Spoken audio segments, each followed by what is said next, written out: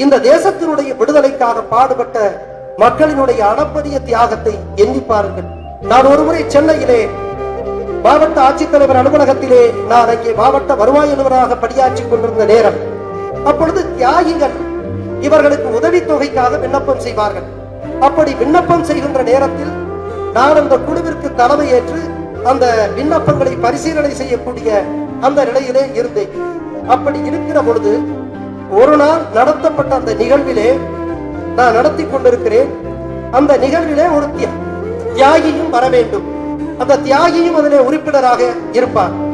அப்படி வந்தவர் PK சேர்வை என்று இந்திய தேசிய ராணுவத்திலே மகத்தான தலைவர், வங்கத்தினுடைய சிங்கம் என்று வரலாற்றால் வரையேற்றப்பட்ட நேதாஜி சுபாஷ் சந்திர போஸோடு அவரோடு தோளோடு தோள் நின்று போராடிய PK சேர்வையும் வருகிறார்.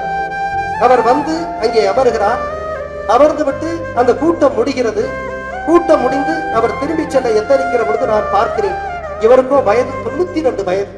ஒரு இளைஞரை போல அவ்வளவு சுறுசுறுப்பாக இருக்கிறார்.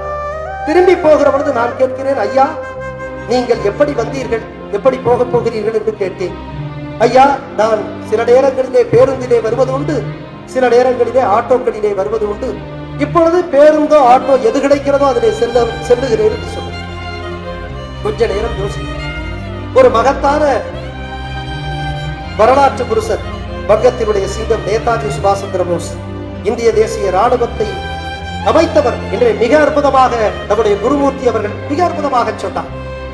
இன்றைய IAS அன்றைய ICS, அதை 23 வயது வெள்ளைக்காரர்கள் மட்டும்தான் இந்த தேசத்திலே கலெக்டராக முடியும் என்கின்ற காலத்திலே அந்த தேர்வை லண்டனுக்கு சென்று எழுதி தரவரிசையிலே 4ஆம் நிலையிலே தேறி நான் கலெக்டராக வந்தால் கூட வெள்ளைக்காரனத்தில் ஒரு கௌரவமான அடிமைதானே என்று அந்த பதவியை தூக்கி எறிந்துவிட்டு பர்மாவினுடைய எல்லையிலே பரங்கியரை எதிர்த்து போர் முழக்கமிட்டு வாழ்ந்த மாவீரன் நேதாஜி, அந்த மகத்தான வீரரோடு துணையாக நின்று போராடிய ஒரு மாபெரும் தியாகி. அவர் ஆட்டோவில் செல்லுவதா?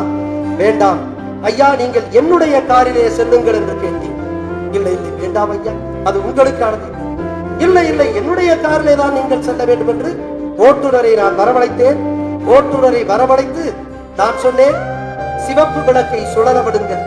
சிவப்பு விளக்கு கார்களிலே நாங்கள் பயணம் செய்கிறோம், அந்த தகுதி எங்களுக்கு இருக்கிறதோ அல்ல, சிவப்பு விளக்கு கார்களிலே பயணம் செய்யக்கூடிய தகுதி இதை போன்ற மகத்தான தியாகிகளுக்கு இருக்கிறது. எனவே இவரை கொண்டு போய் சிவப்பு விளக்கு சுழல சுழல நீங்கள் நம்ம சென்னை வீதிகளிலே நடத்தி அவர் தங்கி இருக்கக்கூடிய விடுதியிலே கொண்டு போய் விட்டு விடுவார். அவருக்கு தயங்கினாலும் மிகுந்த மகிழ்ச்சி. இது ஒரு அதிகாரியாக நான் ஒரு தியாகிக்கு செய்த ஒரு சின்ன செயல்.